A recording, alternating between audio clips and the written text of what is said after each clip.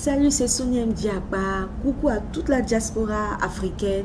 Un coucou à tout le monde. Aujourd'hui, je voulais juste parler d'un truc simple. Est-ce que nous sommes des leaders ou bien nous sommes des imitateurs? Sommes-nous des leaders ou bien faisons-nous du mouton suivisme? Donc, être leader, c'est quoi? Être leader, c'est une personne, mais c'est une personne qui a des ambitions, qui a des projets et elle n'a pas peur de poser des actions en vue de réaliser ses projets, en vue de réaliser ses objectifs. Malgré les commentaires positifs ou négatifs des gens, elle n'a pas peur de se jeter à l'eau pour aller quelque part dans la vie.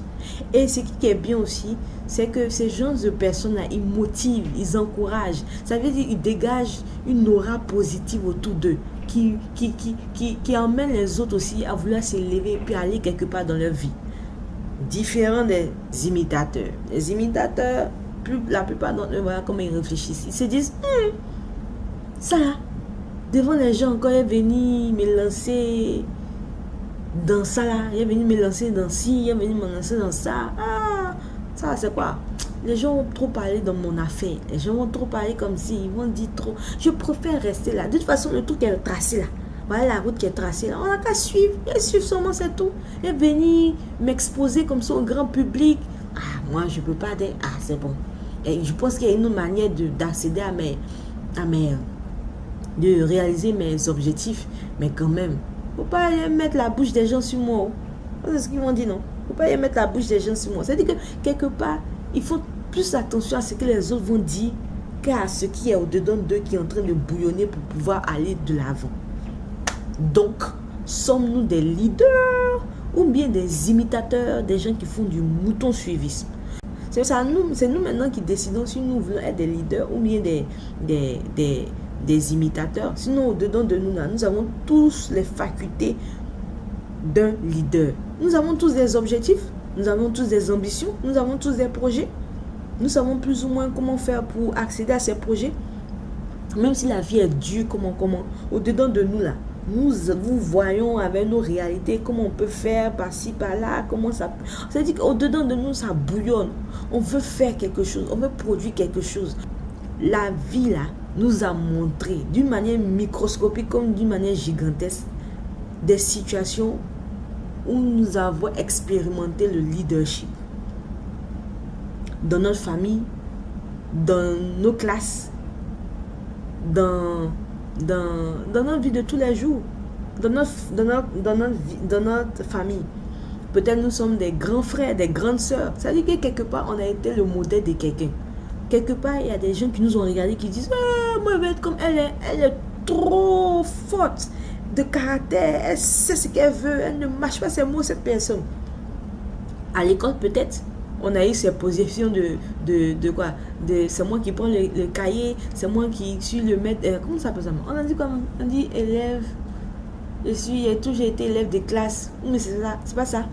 Du genre, tu es là, c'est toi qui prends la craie, c'est toi qui prends les cahiers de correspondance de tout le monde, c'est toi qui dis au professeur qui n'est pas resté tranquille et tout ça. Quelque part, on a eu à expérimenter ça.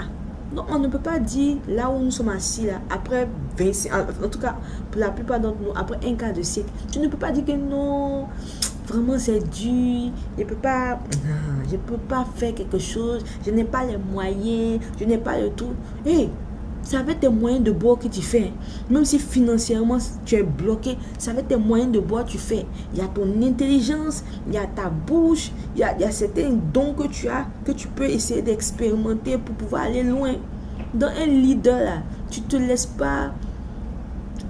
pas impressionner par le négatif ou bien le positif qui est autour de toi. Au contraire, tu saisis ce qui t'arrange. Et puis maintenant, tu t'en vas loin. Parce que dans ta tête, tu es focalisé. Tu veux réaliser tes objectifs. Tu ne vas pas te laisser distraire par non, si, non, ça, non, ça. Hey, nous sommes venus à l'étranger ici, là. Il dit, on s'encourage. Nous sommes venus à l'étranger ici, là. Ce n'est pas pour ne devenir n'importe comment, n'importe qui. C'est pour devenir des grands leaders qui vont après prendre en charge l'Afrique. C'est-à-dire que même si tu réalises, si tu décides de rester ici, à l'étranger, quand même, tu peux réaliser quelque part quelque chose à partir d'ici pour l'Afrique. Un leader, c'est quelqu'un qui a le caractère. Tu sais que tu ne suis pas les gens comme ça. Il a dit quoi? Ah, donc peut-être on va faire ça. Non, non. Tu sais ce que tu veux parce que tu as une mission, tu as un objectif. Pourquoi je suis tellement motivée comme ça de parler de ça? Moi, j'ai fait des études en sciences politiques. Mon désir, je veux être médiatrice dans les conflits nationaux et internationaux. Dans la vie là, il faut qu'il y ait un équilibre dans ce que nous faisons. Un leader est d'abord un imitateur. Avant d'avoir ce genre de mentalité là, on a tendance à regarder autour de soi. On a des modèles nous-mêmes. On a des modèles. Donc, moi comme ça, mon modèle, à part Jésus, mon modèle c'était Mère Teresa. Et bon, c'est ça quoi. On a des modèles, on veut ressembler à des gens. Ça veut dire qu'il y a des gens qui ont déjà plus ou moins impacté le domaine dans lequel nous voulons percer. Donc on regarde comment ils se sont comportés, qu'est-ce qu'ils ont fait, quelles sont les œuvres qu'ils ont déjà placées, qu'ils ont déjà faites, et puis les œuvres qu'ils ont déjà fait. Et puis mais on essaie maintenant d'apporter aussi dans ce domaine, on essaie d'apporter notre touche personnelle. Donc en fait, un leader est d'abord un imitateur. Mais on ne s'arrête pas au degré d'imitateur jusqu'à pour quitter la terre. Il faut que nous aussi nous apportons notre positif. Il faut que nous apportons ce que nous avons dedans de nous là. Ce toucher personnel, ces petites touches personnelles là. Il faut que nous apportons au domaine dans lequel nous voulons percer. C'est ce qui fera de nous des vrais leaders. Nous ne sommes pas venus pour avoir des grands diplômes pour rien. Juste pour aller travailler pour les autres. Et puis c'est tout. Nous devons apporter notre touche personnelle. Nous avons notre mind. Nous avons notre intelligence. Nous avons notre parler, nous avons nos dons, on peut faire quelque chose, on peut apporter notre touche personnelle. C'est le moment d'apporter notre touche personnelle. Hein? Comme je dis là, on s'encourage. En tout cas, moi je suis décidée pour cette année-là d'apporter ma touche personnelle. Est-ce que l'année est finie? Attendez, vous allez voir pour moi. Mais avant d'attendre pour voir pour moi là, moi aussi je veux vous applaudir pour pouvoir savoir que oui, il y a tel ou tel qui a impacté son domaine ici aux États-Unis, ou bien en France, ou bien en Allemagne, ou bien quelque part d'autre. En tout cas, on s'encourage. Hein? Nous sommes tous des leaders. C'est le moment pour nous de briller. On va briller. On va briller. Ou bien, moi en tout cas, je brille. Vous allez briller aussi, non? On va briller nous tous. C'est tout. Nous sommes des leaders. Nous ne faisons pas du mouton suiviste. On n'est pas vieux, avoir beaucoup de poils partout, être des barbus, des poilus. Et puis, faire que suivre. Non, quand même. Plus de 25 ans sur la terre. Et à chaque fois qu'on parle, non, c'est maman qui a dit, papa il dit, tonton dit. Donc, je pense que je vais faire ce que tata a dit. Bon, toi-même, tu dis quoi? Toi-même, tu veux quoi? Toi-même, tu décides quoi? Toi-même, quelle est ta touche personnelle que tu vas apporter cette année-là?